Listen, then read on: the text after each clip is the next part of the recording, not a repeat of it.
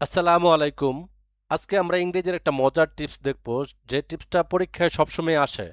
Know how to, no এর পর যদি নাউন বা নাউন ফ্রেজ না থাকে, মানে মূলত বার বসে, তাহলে হাউ টু ফর্মুলাটা ইউজ হয়।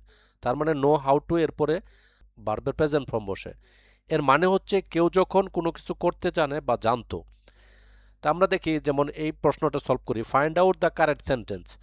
এই টাইপের প্রশ্ন কিন্তু বিসিএস, ব্যাংক, শিক্ষক নিবন্ধন বা প্রাইমারি সকল পরীক্ষায় আসে। সুতরাং এটার কারেক্ট আনসার হবে option C is the right answer. কিভাবে মনে রাখবো? যেমন দেখি, নো হাউ টু এর পরে ভার্বের প্রেজেন্ট ফর্ম বসবে। নো হাউ টু এর পরে ভার্বের প্রেজেন্ট ফর্ম রাইট।